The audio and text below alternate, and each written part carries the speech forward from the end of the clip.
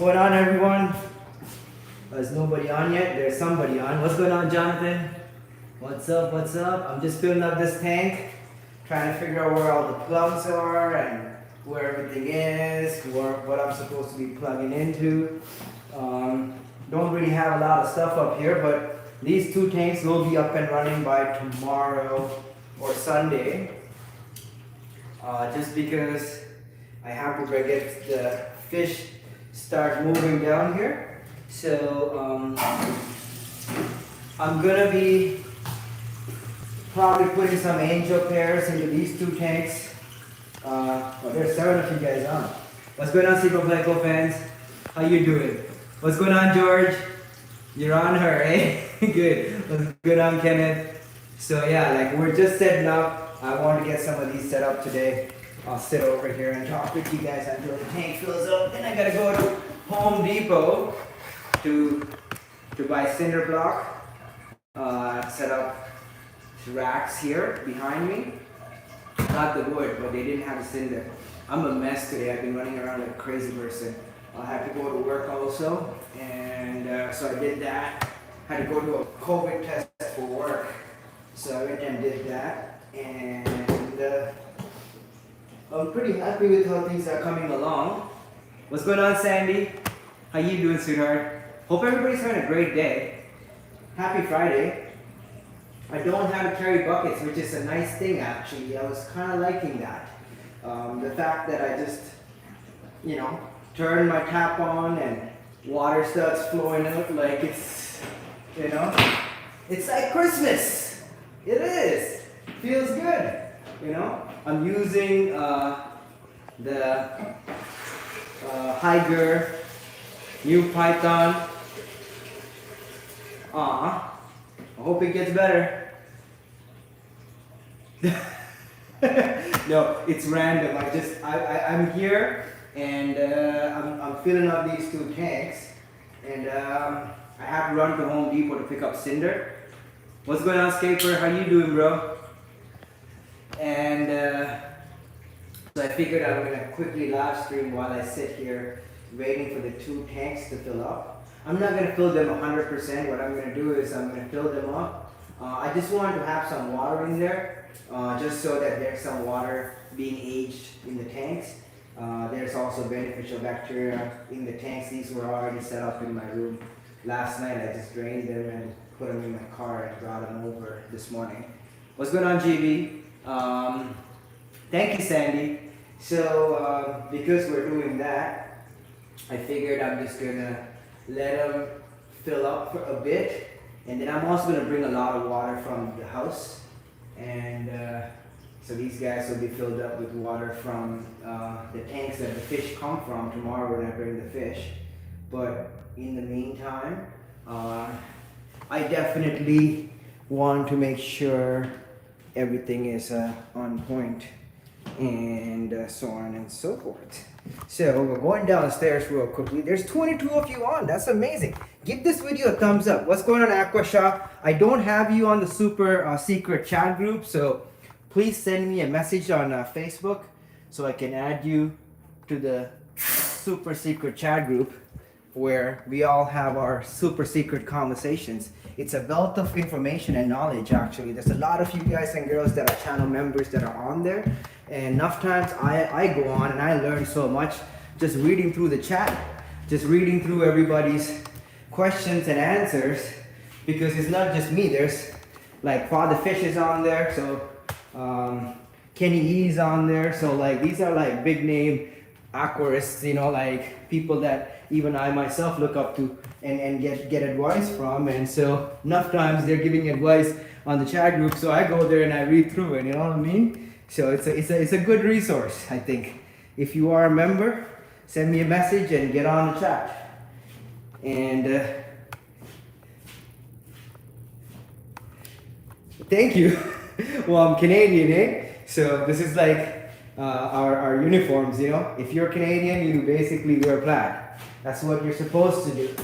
You know what I mean? Jelly bean. So usually it's red plaid. I have a red one, I have a green one, I have a couple of brown ones. I have all colored plaids actually. I have a whole closet full of plaids. What's going on, Jomar? I love them. It's nice and summery. It's warm. One of my best friends got me this as a birthday present, like I think in like 2010 or 2011. And she saw this and she goes, "I thought this would fit you perfectly," and she bought it for me. So I've had this forever, and it's one of my most favorite shirts. I love this one. I love it. Thank you.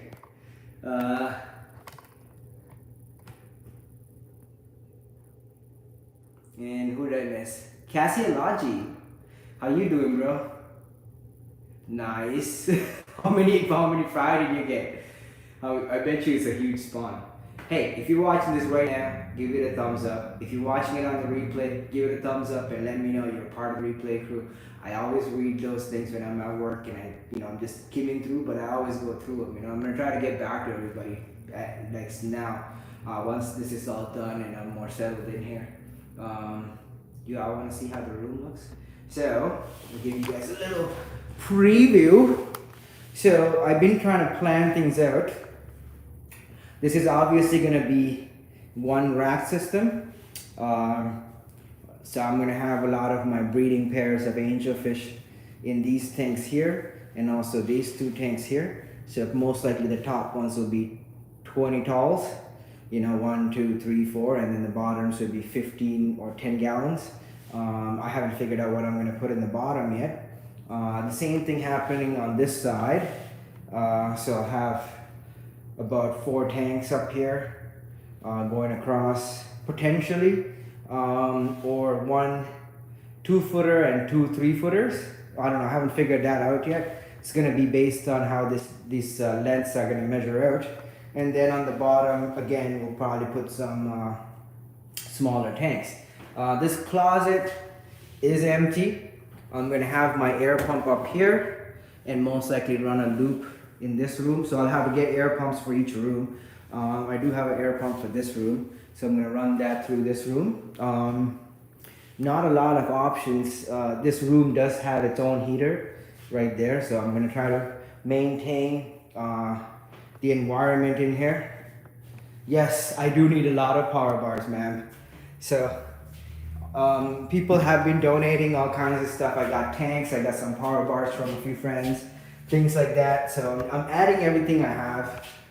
This is the second room, so this is gonna be the Pleco room. I'm gonna turn off this bloody heaters because they keep, I don't know, I think maybe Michael turned them on when he was here. I don't know who turned on the heaters, but somebody turned on the heaters.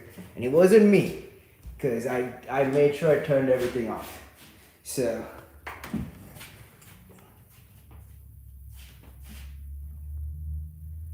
yes sir, that is true. Aquaballs is right.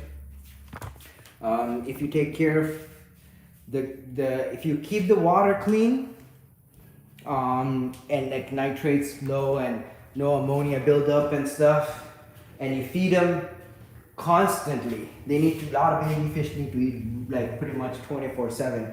So as long as they have a regular supply of food and the water is clean, they grow fast and very little to no deaths. So that's something to keep in mind. What's going on, James? How you doing, buddy? Yes, Sandy's the best. So this is my bedroom, okay? So I'm thinking of putting the bed like right here, up to like here, okay? Don't mind the mess. Obviously it's gonna get cleaned up. Closet, okay? I told you I got plaids. There's my other plaids. There's one here, I know that. There's that one. I like this plaid also. It's a really nice one. I like that one. Anywho, this is gonna be where I'm gonna put the zip tanks, I think. So 1, 2 zip tanks and potentially a small desk there to have some of my stuff. Maybe a small tank here, I don't know yet. Depends on, I don't know how things play out, but I think I'm gonna have the zebra plecos in here. I bought a bunch of stuff. It's coming, a delivery is coming to this house today, right now, from Amazon. So I'll probably do an unboxing here because the stuff is coming here. Then I have 2 boxes of stuff I bought that came to the other house, the older house. So I'll do an unboxing of those stuff there. I haven't figured out what to do about all the unboxing stuff, but we do have tanks and stuff in here. I'll show you guys what we got so far. Got these 25-gallon discus breeding tanks, plumbed, drilled, ready to go. So we might do some auto water changes on some of these guys. Real nice. Got the little strainer so baby fish cannot go through it. Got another 30-gallon up there. 2 more 25s. So these got some 10s that I brought over. 10.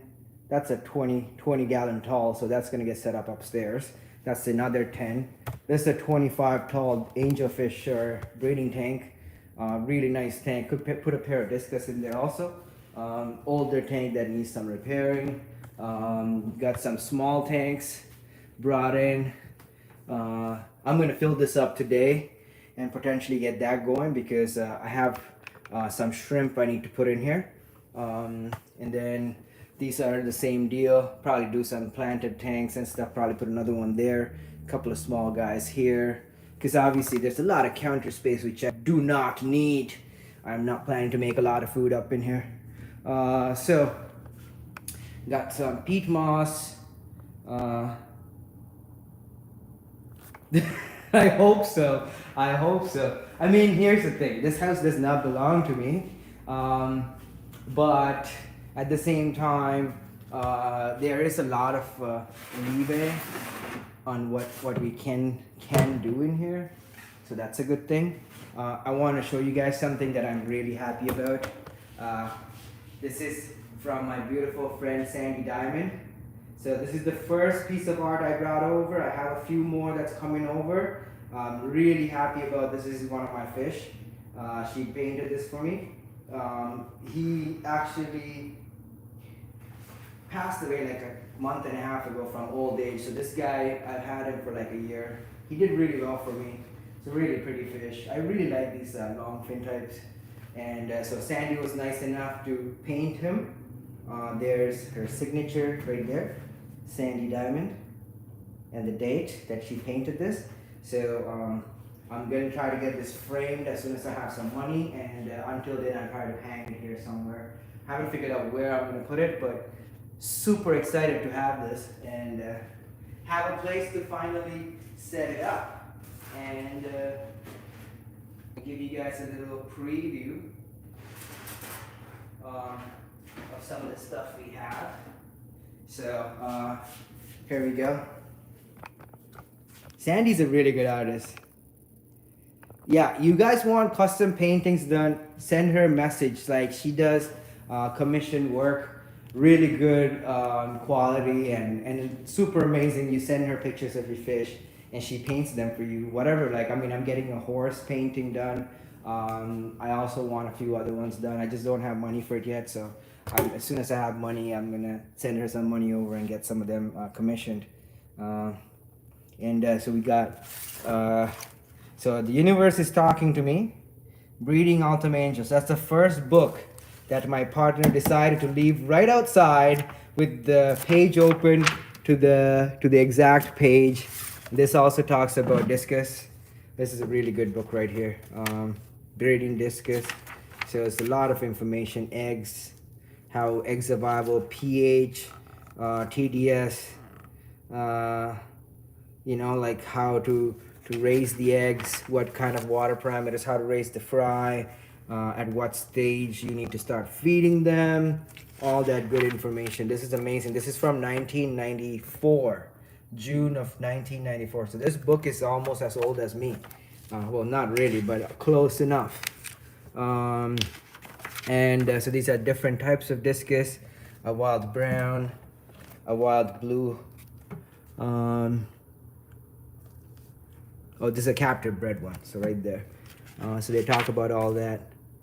Reconsidering the Rock Beauty, so another really good article. I'm probably gonna go through this entire collection of magazines. Look how many magazines we got. Talks about aquarium here. These are really nice. So these are all from Mr. Wilson, who has retired from the hobby. I don't know if you guys know who Bob Wilson is, but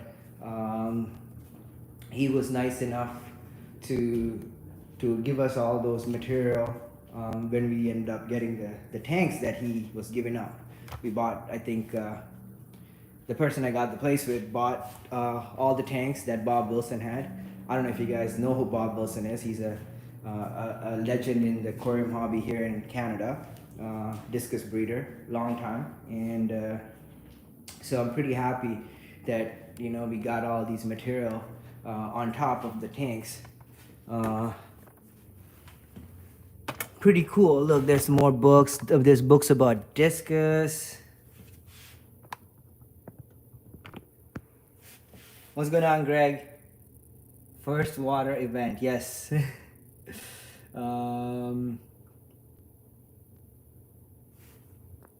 Yeah, that's amazing, George. I want you to get some because I know you can breed them.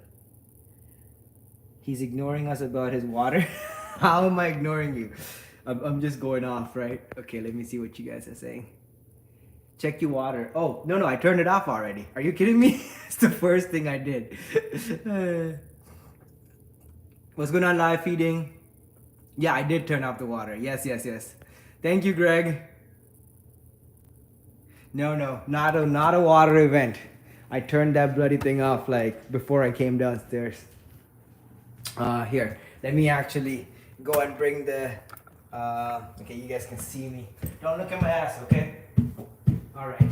I'm gonna go get the water thingy because everybody's talking about it. So let's fix this bad boy.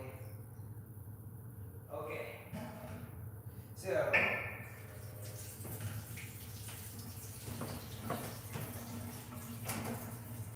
All right, here we go. I'm bringing the water, or the hose. That's the hose. I just don't want to have any water in the hose. And the other day I tried the hose, and I left it full of water. So because of that, I couldn't put it away. So now I know how to drain all the water out of the hose. I want to give a huge shout out to Lauren from Hager for sending this to me. So this is something they sent me to test out. It's my second time using it. I tested it out at the old house, but like I wasn't gonna use it there. I just want to test it out. This is the first time actually using it. I'm so far very happy with this particular product, just because I'll show you guys. Actually, I'm not gonna show you right now because I'm already done using it. But there's no leaking water, which I'm paying for water at this house. I don't know if you guys know that I'm paying for water plus everything else that I didn't used to pay for the other place. I didn't pay for water or anything like that. It was all included. Heat was included in my old house. Here we had to pay for gas, the heat, the water, all that good jazz, right? So I'm not trying to waste any water. You know what I'm saying? You know what I'm saying, Jelly Bean? And the seal is so good that I'm very satisfied that there is no water leakage from this unit, which is a good thing, right? Very good thing. So pretty happy about that. Just wanted to document that for Hager if they're watching, or if anybody's interested in Hager products, like that particular product, because I'm not using any of the other products yet. But I do definitely think it's a good product, and I like it. I like it a lot. Drop the drop of water, I don't like that. Okay, time to rest 5 minutes, and then we're gonna go off to the Home Depot. Little update on the cinder blocks. Home Depot did not want to open their cinder block bag or whatever, the skid, because they were like, we're not doing that till tomorrow. And I'm like, so what if somebody wanted to buy some block? Like, what are you gonna tell them to come back tomorrow? They're like, yeah. So I had to, this was on Tuesday, so I had to go back, tomorrow or today now, pick up the cinder blocks, set up these racks here. My partner might swing by.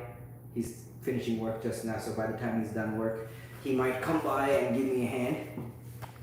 What's going on, Mad Cypress LL? Fanatics Aquarium this weekend. There's some German rams there that we dropped off, so be nice to pick up some if you want some high quality fish. Really, I mean, I think that batch was one that we were holding off to pick breeders, and then we ended up dropping that off to Mike at Fanatics. So if you go by this weekend, they should still be there. So some good looking fish in that group. I would recommend, if you want rams, either pick up from them. If you want larger pairs, I have larger pairs, $40 a pair, that are about 8 months, like proven pairs that lay 300 eggs every 2 weeks type of deal. What's going on, S? I have those at my house, and the younger ones I have Fanatics. What's up, Charlie? How you doing? Nice. Green water seems to be like crack for corridors. I don't know how, but if you have green water, they breed like rabbits, you know? I think it's good for the babies. Yeah, I think so. I think the first 2 weeks, that's like really good first food. You might want to throw some brine shrimp in there or some paramecium. But overall, I think if you have green water, like, you wouldn't have to worry about feeding them for the first 3 weeks, 4 weeks even. You might have less survival as time passes because they would need other food, but first 2 weeks I think they'll be fine on the green water. It's not just the green water, right? If you have green water, there's other things living in it.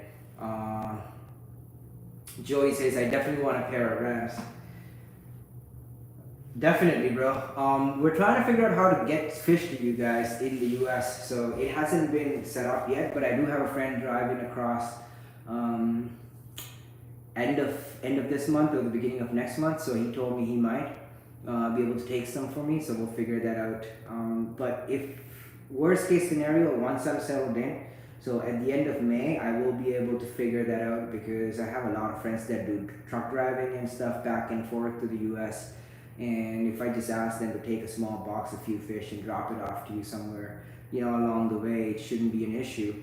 As long as it's not like large orders. Large orders, we'd have to figure out export situation, so that's something we're not planning to do yet. Unless Michigan Tropics is willing to drive over and pick up the fish, then sure, you know what I mean, 4-hour drive, right?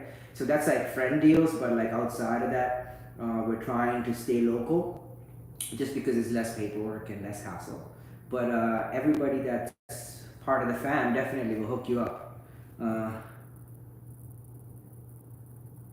Yeah, I think that would do it, George.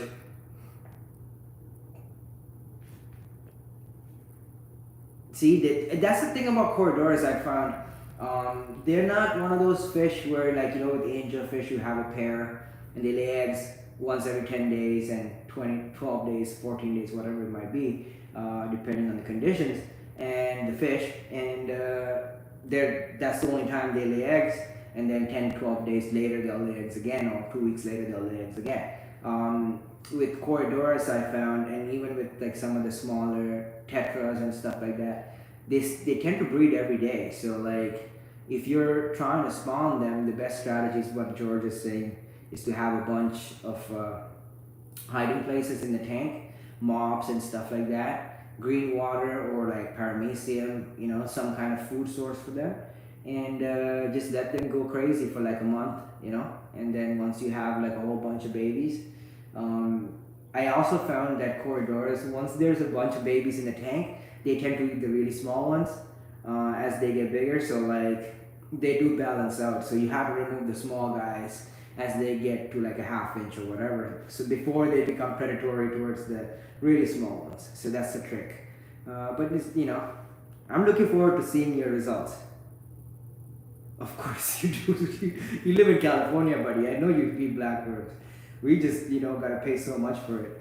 Thank you, live feeding ASMR. And Liquid Zoo, what's up, what's up? Only Fins in the house, yo, yo, yo. And S is in the house. Haven't seen S in a few days, so I'm glad you're here. Greg says, is there any outdoor space there for summer tubs or Daphne and Bro? Not at this place. The original place that we wanted to get Had a huge backyard, like I mean massive. Like I would never have to walk my dog if I got that place, because my dog would just go out there and run around like a crazy dog. There was a hot tub and everything. We could have put like 50 tubs out there and still have space, you know. So I was planning for that, but we didn't get that place. We got this place instead. The backyard's not the biggest. I'll show you the backyard, actually. So probably not a lot of tubbing and stuff. Let me try to see if I can see the backyard from here. Yeah. Okay. You know what? Let me just go to the backyard. Because you can't really see it through the window. It's too bright. Okay. Alright. You're making me walk. Oh my God. Why are you guys making me walk so much? Alright. So yeah, this is the backyard. Here. There it is. It's not huge. It's a tiny little backyard. It goes around all the way. There's a shed. Obviously there's already fish tanks out there. Glass is a little dirty. So we might put some tubs like out here, you know, maybe 3 or 4. Nothing fancy, nothing crazy, but there is some space. I'm not gonna say there isn't. It's just not. It's not like what the first place we went and got looked at. I really like that one. This one, I'm not against this place. I like it. You know, it's a nice place. It does have a metal cross beam. So I'm gonna show you guys where the cross beam is. It goes across here. So this whole thing is a metal cross beam right here. Okay, so I can put a decent amount of weight along this also, which means I can probably put tank here or whatever. Definitely a tank there, a big setup here, a big setup here. You know, something nice and substantial for the place to hold. You know, because it can hold the weight. And then above it is another cross beam going here. And these are support beams going down. So there's a support beam here and a support beam here, and up above this is the bedrooms.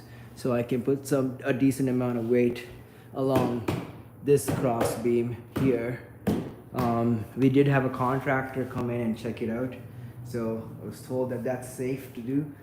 Another support structure here, which definitely is making it safe to put some tanks above. These are where the bedrooms are. So there's a lot of support where the bedrooms are to hold weight. So I'm not too worried about those areas. And then let's go in the basement. We haven't seen the basement today, so let's go check that bad baby out. So we're up in the basement now, going downstairs. And this is the backyard. And you can see the backyard. There's a shed, there's some aquariums. I got grass. Happy about grass. My dog would definitely enjoy that. Alright, came downstairs. Heaters are turned off, which is good. There's a light in here that I'm supposed to find. Okay, there you is. No, that didn't work. There it is. There you is. Alright, so we're in the basement. Definitely unable to use this corner because that's where our fuse box is, right? Water heater switches and all kinds of. My partner is an electrical engineer, so he's gonna go through that with me. We're gonna figure that out, but definitely gonna have some big tanks along here. Most likely we're gonna put them straightways, so the tanks are gonna go, you know, from the wall towards you, going down kind of deal, and there'll be gaps between the tanks to allow us access to get in and do work and stuff. And then we'll have to leave a decent amount of space here to give us access to this panel and so on and so forth. So most likely that's going to be like an access area for some of the tanks here. And then starting from here onwards, we'll put a row of tanks all the way across. The bigger tanks, like, you know, the 3-footers, the 65s, and so on and so forth. The two 125s most likely will end up going here. We probably would have to build a rack for the 125s. I'm thinking about putting some really tall tanks along this wall here. I have 6 feet, so I can put 2 of them here. What's going on, DM? 2 3-footers and really tall, so there's a lot of weight that I can put here. This is the ground level, so that's the ground. You can see that. And then we have this room, um, which is probably gonna be a really big tank, couple of big tanks, straight face, probably a couple of tanks in here. I'm definitely gonna put a tank in here. You know what I mean? Why not? We're not gonna use this space. We'll probably use this as storage and air pump. Have the air lines running across through from here, going all through here. Airline going across into this room. Central airline goes around the room, and so on and so forth.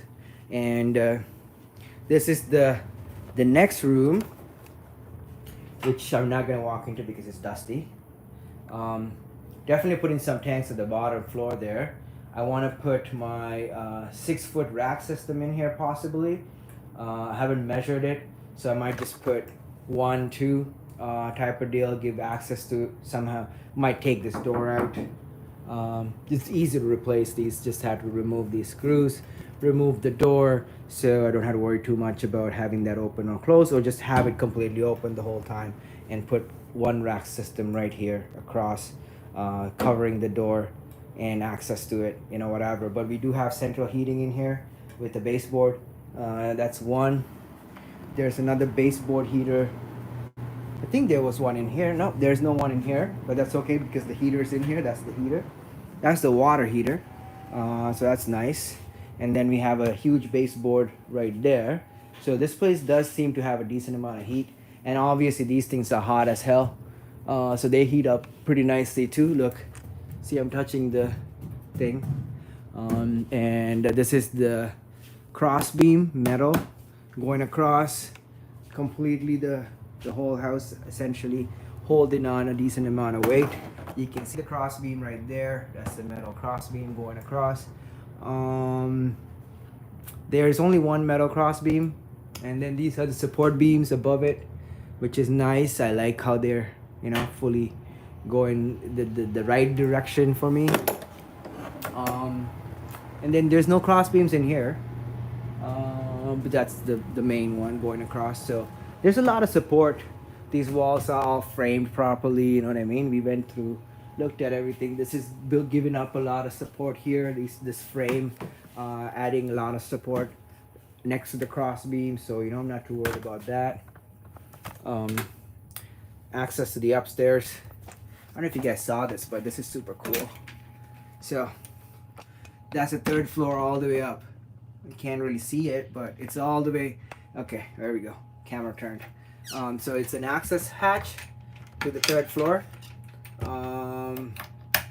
And so we can have some auto water change piping and stuff coming through that. All kinds of cool stuff you can do in here. I really like it. All right, let me turn off these lights. So I don't want to have any lights turned on in the house. And close this door. The house is nice and warm.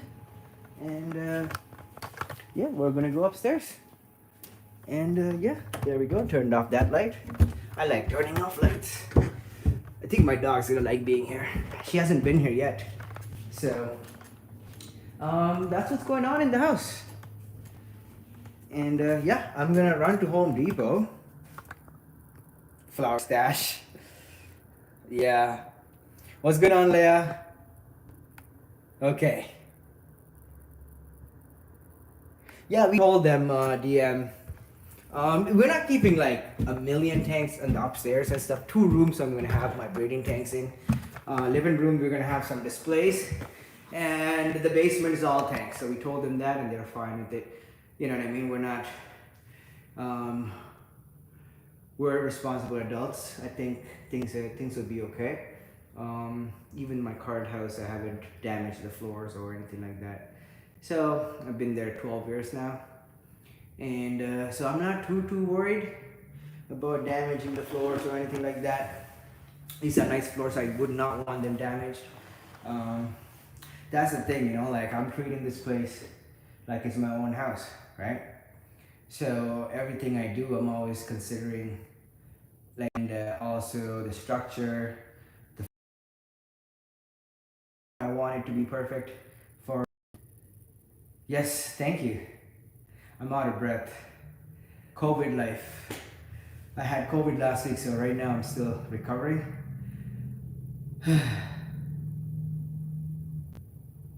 Basement. He has the big tanks. He got really big tanks. So a lot of those bad boys are gonna be in the basement. The 25-gallon discus tanks are probably gonna be in the living room. We'll probably set up a nice display of them. All tanks are gonna be up here for the most part, like the small guys. Anything that's under 30 gallons, 35 gallons, I'm gonna put them all up in here, in the second floor, because the floor is good enough to hold the weight, and the rooms are isolatable. Like I guess I can create like insulated rooms where I don't have to worry about it. I can heat the whole room. I have baseboard heaters right there in the room, so I can. Thank you, Leo. I can make that individual room a specific temperature, whatever. The zebra placos are going to be in my bedroom. Initially, I was going to keep them with all the other placos, but then I realized that it's better to have their own setups for them. And so I'm going to set up at least 2 breeding tanks, if not 3, depending on what I would need. But right now, I would need 2 tanks to breed them with. And so I bought thermal controllers and heaters and all that stuff. I spent like $500 today, so I'm broke as hell right now, and I had to go to Home Depot and spend more money, so I'm not looking forward to it, but things have to get done, right? Thanks, Michael. I do have a Give Send Go account set up. It's givesendgo.com/aquamalik. Please visit it, share it, donate. Every dollar helps. Somebody donated $25 yesterday, so I was like, okay, somebody got it started. I gotta email them now and send them a thank you. But every little bit helps, especially like getting the racks and stuff set up. It's like the heaters. I have, like none of my tanks in my fish room have a heater. Not one heater in my fish room.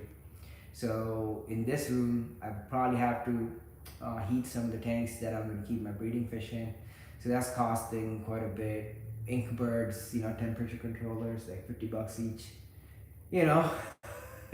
50 tanks, that's like about $5,000 just in heaters and inkbirds if I were to go all out and buy heaters for every tank. But I don't think we'll have to go that far. The house is gonna be warm too, so we'll figure it out. But yeah, everything is costing quite a bit. That's something I gotta, I never. What's good on Steven? Steven Worcesterin. Worcesterin. Okay, I'm sorry, I butchered your last name. Yeah, I'm going to have a lot of streams, I think. I'm sorry, buddy. It gives those diseases that you don't want to mess with. What's going on? Mad Cypher says, can't wait. Thank you. What's going on, Raymond? Essays Flower Stash. We'll see how it goes. But yeah, so that's what's going on. I'm gonna head out to Home Depot. Please visit the Give Send Go. Also, super chats, deeply appreciated at this moment in time. Anything you guys do, memberships, if you want to support that way, members can also get like a lot of benefits and stuff. Anybody like with large donations through the Give Send Go, I'll do like like tank dedications or something like that. Oh, there's a super chat from Aqua. Thank you so much. Thank you so much. You are amazing. Aw, thank you. So are you.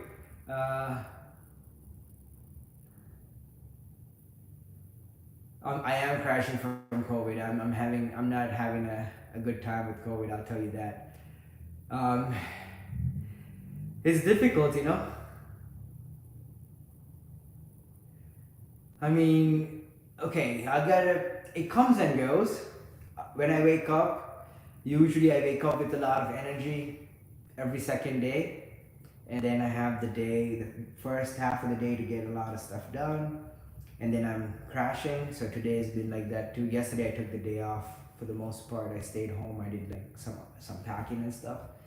And I have my car halfway. Then today I woke up, I finished packing the car. I drove to work because I had to do a COVID test at work. So I did that, and I came here, unpacked the car, I set up 2 tanks, and I'm beat. Like, I'm done. So it's not a fun disease. I'm vaccinated and all that, didn't do shit. You know what I mean? And people are like, oh yeah, you're vaccinated. Like, no, didn't do shit. I'm still sick like a dog. But you know, you gotta fight through it and get stuff done as much as you can, and try to take breaks. Hey, Joe's leaving. Good. I'm gonna head out to Home Depot anyways.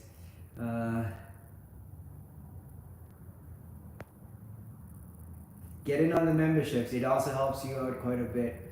And thank you again, Aqua, for the super chat. It really helps out. That's $28.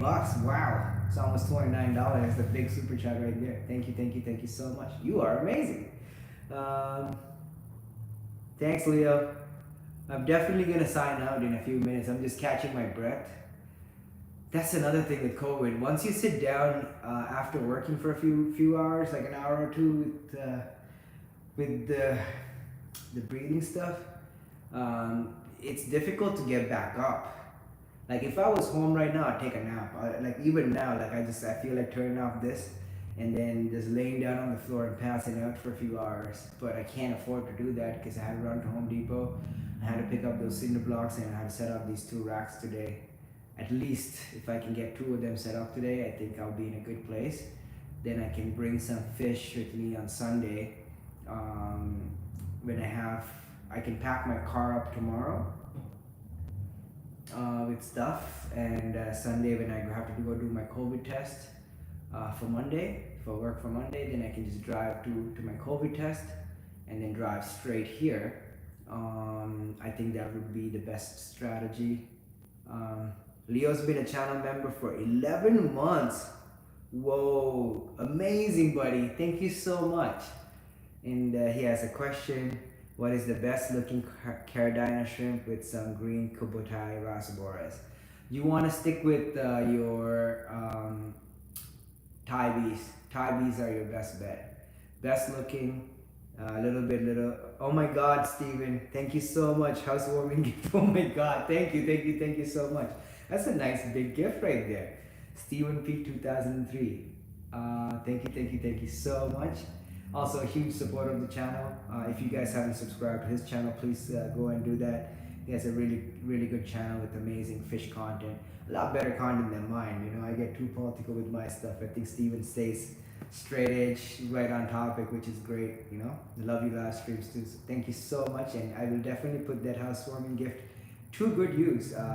Probably go into the heater fund. And coming back to Leo's question. I would say you want to stick with your traditional Thai bees or Thai bee Michelins. The best bet is if you can get Thai bee Michelins, which is crystal red crossed to a Thai bee. The off-looking one, the normal crystal looking ones. They're the best bet because they're going to be strong and healthy, good genetics, and they're going to produce like your expensive Thai bee looking full black, or you know, the black head with the fish scale patterns and all that stuff. All comes from those crosses, right? So my recommendation is the Thai bee Michelins, which are basically a regular crystal red or crystal black crossed to a Thai bee or a fancy red tiger, and then you get the babies and you cross them back to each other and you get the nice ones. And that's where you want to start with. Get like 10 or 12 of them and put them in, and they should do fine. What's going on, Mary? How you doing? You're at work. Wanted to say hello. Thank you so much. Thank you so much. And let me get some. And thank you again, Steven, for the housewarming gift. Really helps out. I'll buy a heater with that, definitely. That'll be like an 8-bird heater right there. You know, you probably said it a million times before. What's your medicine of choice for ick? Okay, depending on what you have. Okay, it says, I treated it with half-dose Tetra Ick Guard. I'm not 100% sure what the active medication is in Tetra Ick Guard, but my favorite medication for ick is malachite green, 0.05% concentration. Follow the instructions on the bottle. I think it's 10 milliliters for 10 gallons or something like that, or 5 milliliters for 10 gallons, something like that. Crodon is the brand that I use. Malachite green is the medication. Works like a charm. Really good medication. I think really good results. Pleco safe, Corridora safe, Tetra safe. The trick with malachite green is you want to treat it as early as possible, and the water will turn blue, which is fine. Turn off carbon if you have it in your filter, remove the carbon, but keep the filters running as normal. Increase oxygenation if your temperature is above 82, 83 degrees Fahrenheit. You don't have to use salt. Like you said, you did increase the temperature, so increase the oxygen. But with the malachite green, it's about 48 hours, and it kills all the ick that's in the water column and also on the fish, because as they fall off, they fall into the malachite green water, medication, and in your water, and that kills them right away. What you do want to do is on the third day, do a water change. And if you still have fish that still have ick on their body, it's a good idea to treat the second time. If you don't want to do it the second time in 2 days, it's fine. You can do a second treatment on day 5 to day 7, which should get it completely cleared out of your system. And treat the whole tank. Don't just wait till you have a secondary infection in some other fish to treat them. It's better to treat the whole tank, because if it's in the water column, it's in all your fish. You might not see it on all your fish, but all of them will have the disease, and they will start showing symptoms as time passes. So that's something to keep in mind. But the medication of choice for me personally is malachite green by Crodon, and it works really well.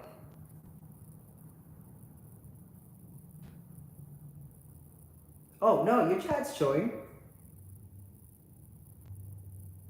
So think I'm off. Don't think the non-members chat gets shown. No, I see all your chats. I'm responding to you right now. I might have missed your question because I'm answering somebody else's question. Oh, buddy, Leo's tanks have, his betas are living in beta heaven. Okay, he has individual tanks for each fish. Best way to cycle a new shrimp tank: take a sponge filter from any of your other tanks, rinse out all the gunk into the new tank, add water, add shrimp, good to go. It's super easy, super duper easy. Let me try to get to Steven's question, because Steven said that non-members. Oh, don't worry about that, buddy. If you have questions, ask. Your chat shows up just as everybody else's. It's not just for members only. We do have a members only chat outside of YouTube. Like, all the members are on it. It's a group, and we all talk about fish stuff, sometimes about other stuff. Everybody shows off their fish. And then there's a breeding chat for all the breeder level members also. Well, those are outside of this, but in here, everybody's chat shows up. I see all your questions. I try to get to everybody's questions and try to do my best. Leo's question, yep, just take a sponge filter from your existing tank, rinse out all the gunk into your new shrimp tank with new water. Obviously, you can probably put some Fritz in there if you want. I know you have Fritz, that's why I recommended that. You can put any bacteria in there you want from the store, but the best way to get beneficial bacteria into your new tank is to take a sponge filter from an existing tank, or a hang on the back filter, and take all the gunk that's in that box, all that black, brown, poopy stuff, and just throw it into your new tank. Let it just sit there for a day. You can add the shrimp in within 24 hours or even before that if you really want to. I'll actually do one for you guys tomorrow, because I do have to bring shrimp from my house into this house. So I'll bring a filter either tomorrow or Sunday. Most likely it'll be Sunday. I'll bring a filter, I'll bring the shrimp, and I'll set the tank up right in front of you guys. Put the water, put the shrimp, put the bacteria, and get it running, and let's see if it works and if I lose any shrimp, because these are my Sakura Red shrimp that I'm super excited to breed, and I don't want to lose any of them. So let's see how this works with my expensive group of Sakura Red. not crystals, my Sakura red cherry shrimp that I'm setting up in this house. It's gonna be the first shrimp coming in tomorrow or Sunday. I'll bring them in, and I'll bring the shrimp in a bag. I'll bring obviously water that in the box. They're in a breeder box right now. They're breeding, so I'll bring the water from the breeder box.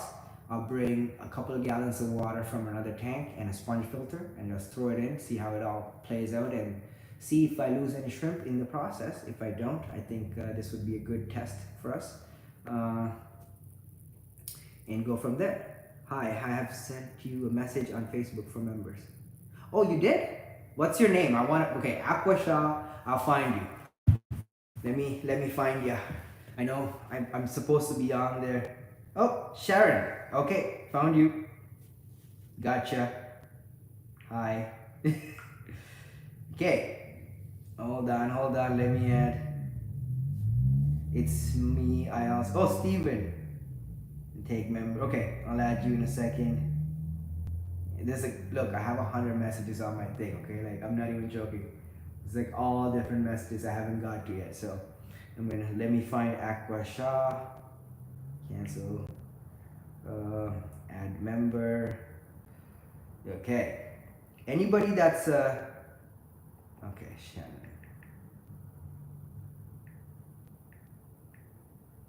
There you are. Added you. I think Nicole is supposed to be in there. I don't know why you're not. Ryan's supposed to be in there. If I'm missing you, please message me and let me know, because I know I'm missing some people in there. And add. Done. There you go. You're in the group. Welcome to the secret chat group. So I'm gonna add everybody to the group for the next 100 members, but we'll set up a separate group for the entry level members, just for notifications, and we'll figure all that out. I have to like do a lot of sorting in there. Okay, we'll get there. Yep. You can take the sponge from your hand on the back and squeeze it out. All the gunking just hang on the back. You know, when you're like washing it, just pour it all into your new tank. It's good food for your baby shrimp also. As long as you don't have planaria in the tank you're taking the sponge filter from, you shouldn't have any issues.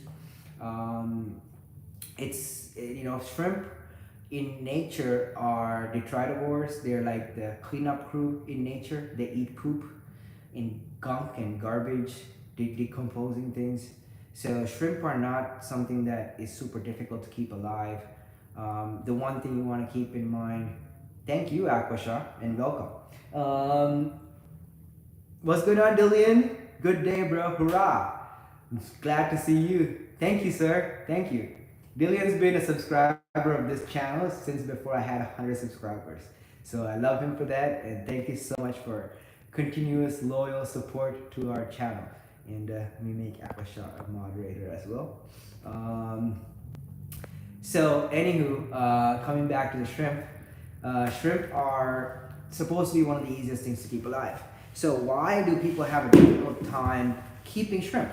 One of the problems I found with a lot of shrimp keepers is their tanks are too clean. You can't do a lot of water changes in your shrimp tank. That's something to keep in mind.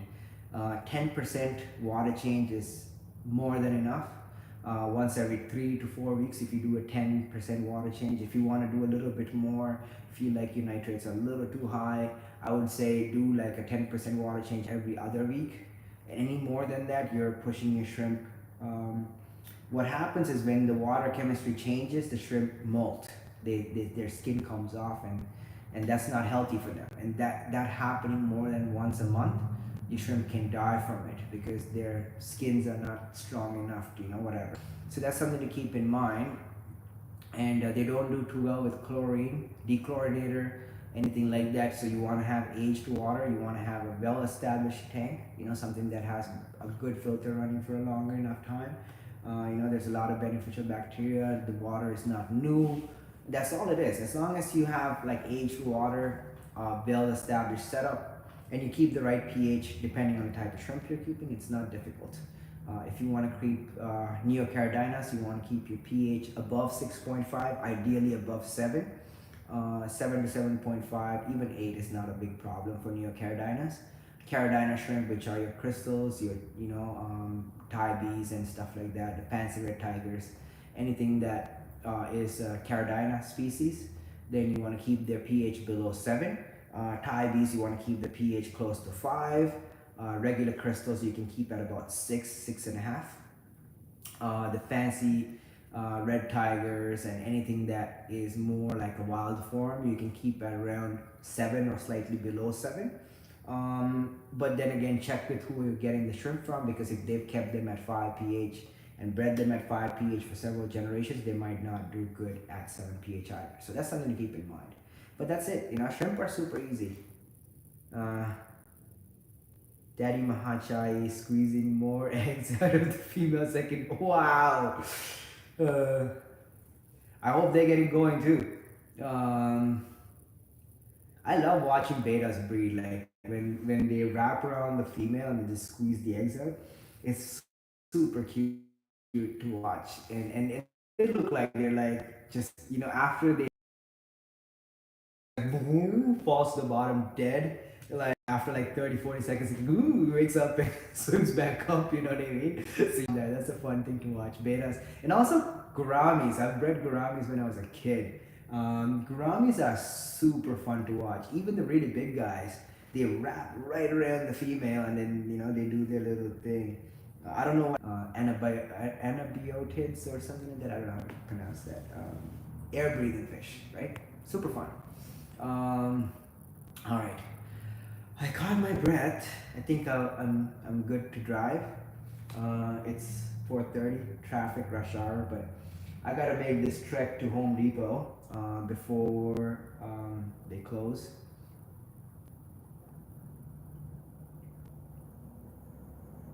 Oh buddy, I know.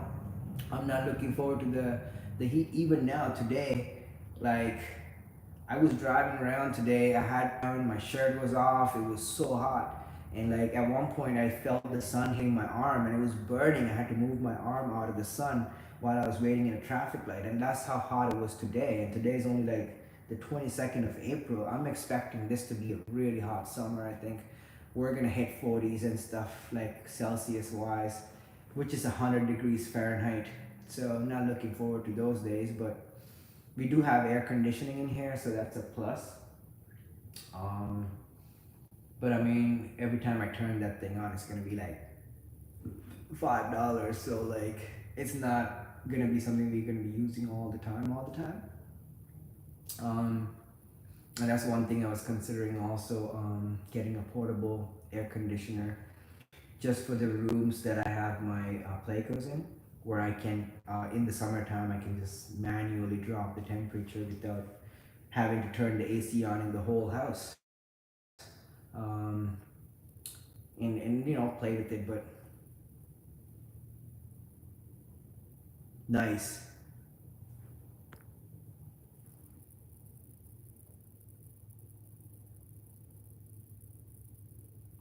I think you'll be good with those fish. I know you have a lot of skills with breeding some of the rarer stuff, and you understand the low pH stuff, which makes a lot of sense when you're breeding some of these fish that come from acidic rivers and stuff.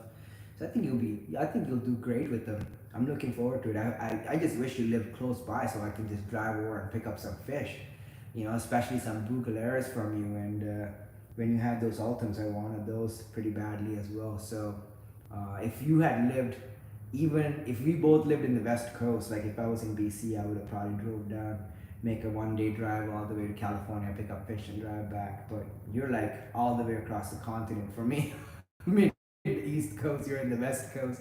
So that's like a plane ride, Otherwise it would be like much more fun, I think, if you lived a little closer. But, I'm excited to see what you do with them, Sparkling with our gouramis are fun. Definitely to have. I definitely like them. And Mikado wants to know, do I have a flower horn in our collection? Not yet, but if you guys, oh yeah, I didn't put up the video from the pet store yet. I did record a few videos at the pet stores I was at last week or the week before. There was this, it's a gold flower horn.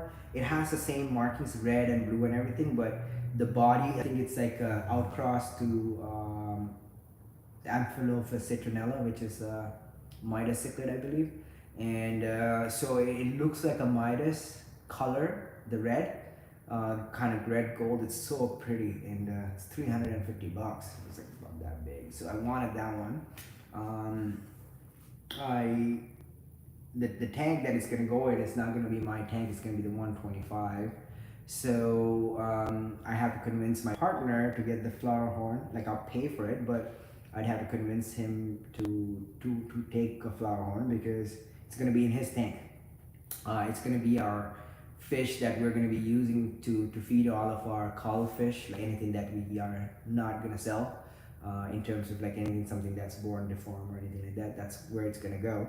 And so it's probably gonna be that guy or something similar. So we'll have one flower horn eventually, but it wouldn't be until we're like completely set up and we have baby fish coming out of the yin yang, and there's some culls that we can actually feed to the flower horn is when we'll get the flower horn. The other fish I think I'm gonna get for the 125 is gonna be a L600 pair. Most likely. So it's like $1,000 investment. My friend has them. Big pair, like 12, 13 inches of fish. And so we might get those and breed them in the 125 as well. So we'll see how that goes. You know? What fish do I keep with my L46? Right now, I have a group of CW049 Corridoras. So the diamond, they're really nice. I have 5 of them in there, I think. I've had them in there for about 3-4 years now, and they've been doing great with them. I've been adding to the group slowly. I might move those fish into their own tank and try to breed them once we're set up here. Aside from the Corridoras, I have about 65 cardinal tetras in there, like adults, wild caught. So they're really nice, and a couple of like endless live bearers. They were breeding until I added the cardinal tetras, and then the fries started getting eaten, so no more production from those. So that's what I have. It's a pretty basic setup. It's just a zebra plecos and some fish swimming above them, you know.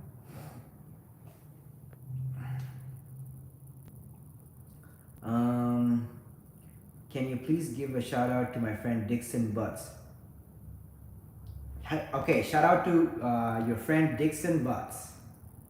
Oh, okay, you got me there. thanks, Gucci.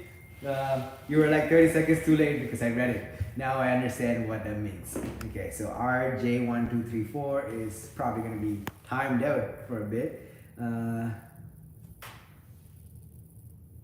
Yeah, definitely. No, this is coming from my friend Lady Miss Kim, the person that owns Dragon King Aquarium. So I'm not buying a flower horn if I don't know who I'm getting it from. Oh my God, no. And also, I don't want a short body. I want an animal that is much more healthy looking. I don't care if it has a huge head. I want it to look nice, but I want it to be big. I don't want those short guys that they seem to have a lot of issues and stuff after the first 2-3 years. I want a fish that can live 10 years, you know what I mean? 10-12 years if you're gonna have it. You know, like a wet pet type of deal. So, you know, we'll see how it goes. Definitely flower horns is a consideration. Aside from that, the other fish I was looking at, because we need to have one predatory fish to eat all the culls, right? So that's something we have to look at. It has to be something nice. Definitely not piranhas, because piranhas are useless to do that job. They're just gonna hide and not gonna be doing anything. Like a jaguar pair, maybe a wolf cichlid pair, you know, something. But again, like a wolf cichlid, there's not a lot of demand for them, so just keeping one is not gonna do it for me. And it's gonna be really aggressive to the plecos, which is not something I want. Maybe Oscars, a couple of Oscars, like a pair of Oscars. I love Oscars, so like maybe Oscars. Again, it's something I'm not deciding this. I'm gonna let my partner decide what predatory fish we're gonna get. And I'm just gonna suggest 1-2 things, you know.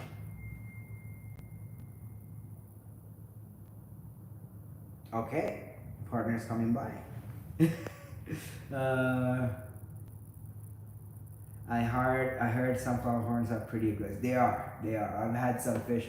I used to breed flower horns in the early 2000s, late 1999, 1998. 99, 2000 is when I was really getting into breeding flower horns. I think I had about 20 of them, uh, various qualities and some really nice ones. And I had a really nice female that I paid like $400 for, I think, for her. And back then, these guys were like expensive too. This is when it first came out in the hobby, you know. And I had no idea that a lot of male flower horns were infertile. So that's something I learned the hard way. But I had this really pretty male, really nice markings. You know, those little Chinese letters across the belly and stuff. Really cool. And yeah, Oscars are nice. That's one of my favorites actually. So I'm definitely leaning towards the red Oscars. Um, so anywho, we had this flower horn, this male, and I bought this really nice female, really pretty girl. And I had them in a 65 gallon with the divider, okay? Like with the egg crate divider. I don't know if you guys know what an egg crate is, like the white mesh, big squares, like one inch or 3/4 of an inch square. So the fish can't get through, but they can see each other, they can smell each other. So the divider was there, the two fish were on each side. The female had like a bit smaller space and the male had the larger space. He was big, he was about 10, 12 inches, you know. And she was about 8 inches, you know. So she was a big girl.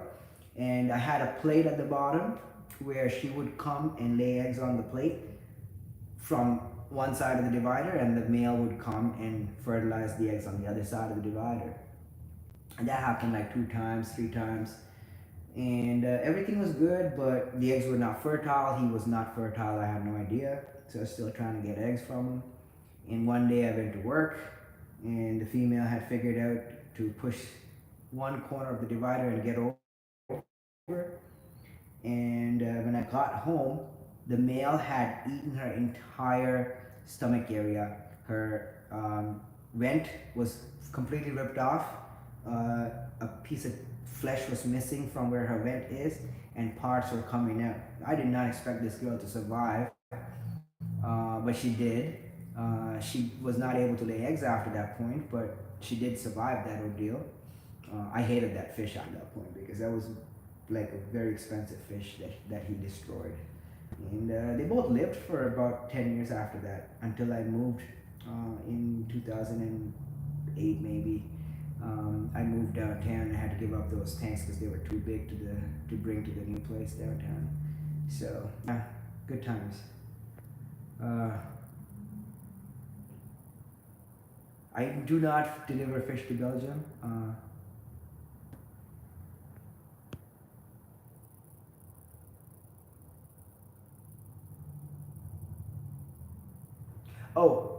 I don't think I will be selling fish to Belgium. But if you do want fish in Belgium, my best friend Thomas is in Belgium. He has zebra plecos breeding. He has L236 super white breeding, like some of the nicest L236 you would ever see in the market. Like, I mean, they're really pretty, his super whites. He has babies right now. He has L333 gold. He has L66, really nice ones there. He also has L181s and L183s that he's breeding. And then I think he has a few other types of Hypancestras. He has L14s, not breeding yet, but I'm expecting that with his skill level, he will be breeding those very soon. Yeah, if you want zebras, contact Thomas. Send me a message through Facebook, like after this live stream. I think I saw your message. You did send me a message here. Let me message you back. I think I did see your message. Okay, where is this? I gotta get. Okay, switch account, message request. Steven, here I got you. Okay, hey. Don't worry. I'll connect you. So give me a day or so. Let me talk to Thomas and let him know that I'm going to connect you with him. And then once you guys are connected, you can go and pick up the fish from him. Most likely at his house or at the store where he sells the fish to, depending on you guys both schedules. So it should be fun. That'd be nice to get zebras. And Thomas has zebra plecos from Pleco Ceramics. So the zebra Pleco Ceramics breeds. Thomas bought a bunch Um, oh,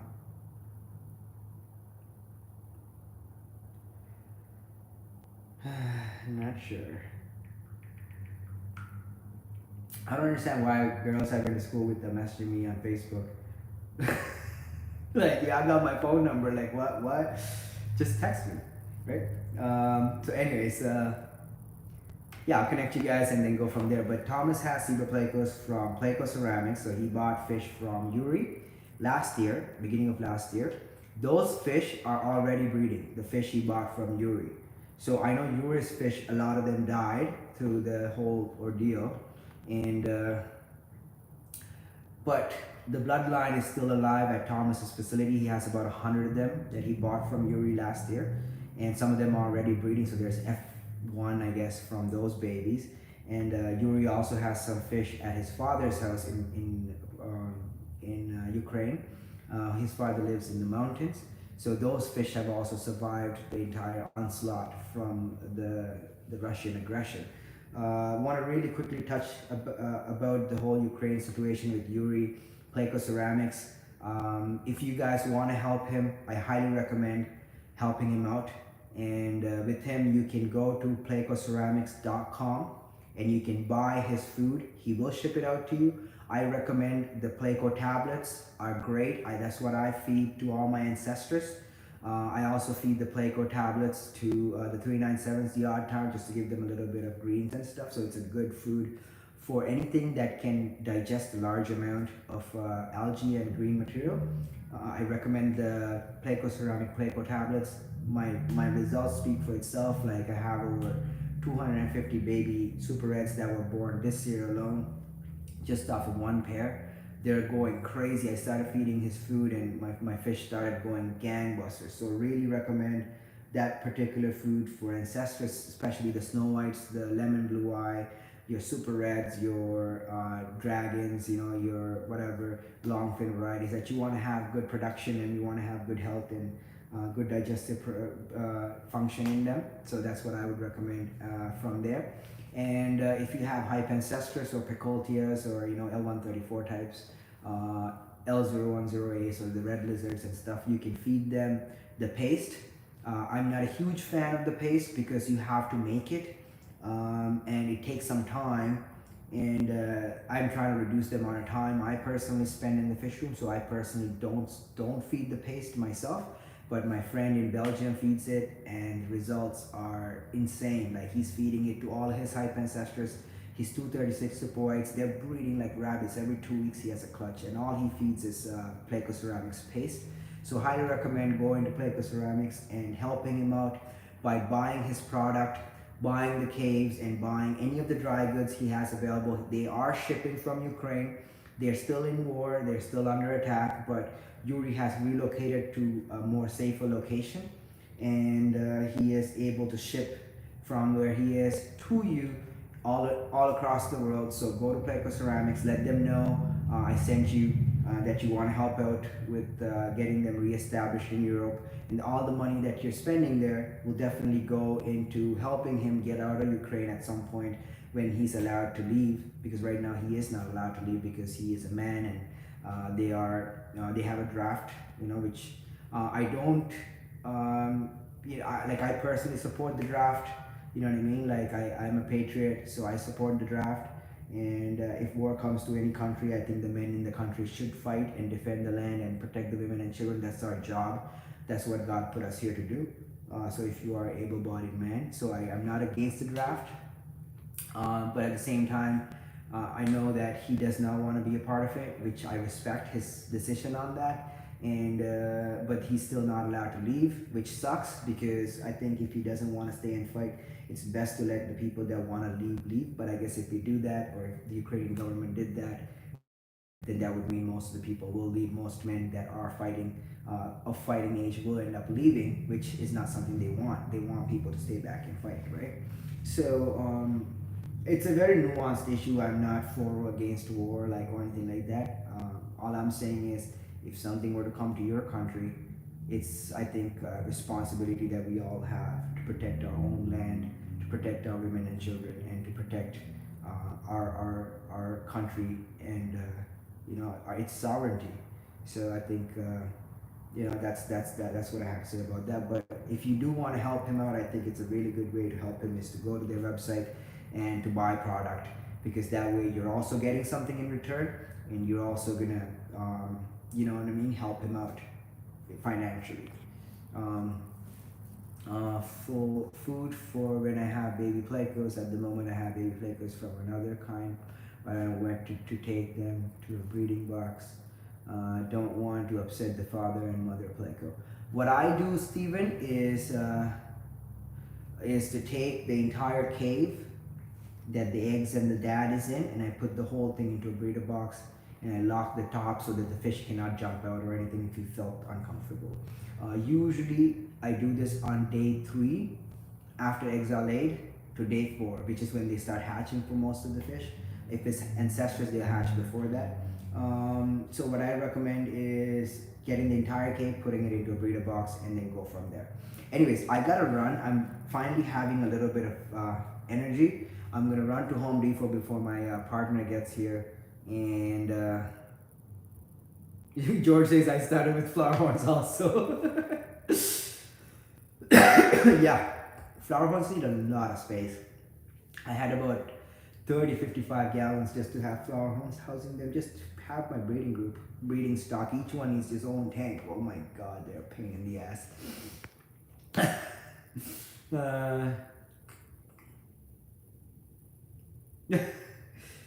Just to buy this morning cave. But hey, you put caves in, they breed, that's what they do. It's not a bad problem to have. But anyways, I'm gonna sign off, everyone. I love you all. I'll try to do another live stream in a few hours if I can, if I have energy. But wish me luck at the Home Depot. I'm gonna run over there right now and try to pick up some cinder block and then come over and set up some racks. So I'll see you soon. I love you all. God bless you, and please consider joining the channel as channel members. It helps me out, helps you out also. And thank you everybody that's been here, everybody that's super chatted today. Thank you so much. All the channel members, thank you so much. All the subscribers, thank you. And all your questions, thank you. Worship. I mean, you love the Playco playlist that I have. You can go through it. It's in the channel. You can go and watch all the videos. It's available to everybody. So go and watch the Playco playlist if you want to learn about Playco breeding. I have some good videos in there where I deal with some crazy situations with my fish, and it's funny to watch and it's very informative. Hi HG, I'm signing off, buddy. Thanks Gucci. Thank you for being here, and thank you for being a great moderator. He caught a crazy one earlier. I missed that one. I even said it out loud, but yeah. Thank you so much. I love you all. I'll see you soon, okay? God bless you, and I'll see you soon today, or if not, I'll try to do another one tomorrow. Okay? Thank you so much. Mwah. Love you all. God bless you.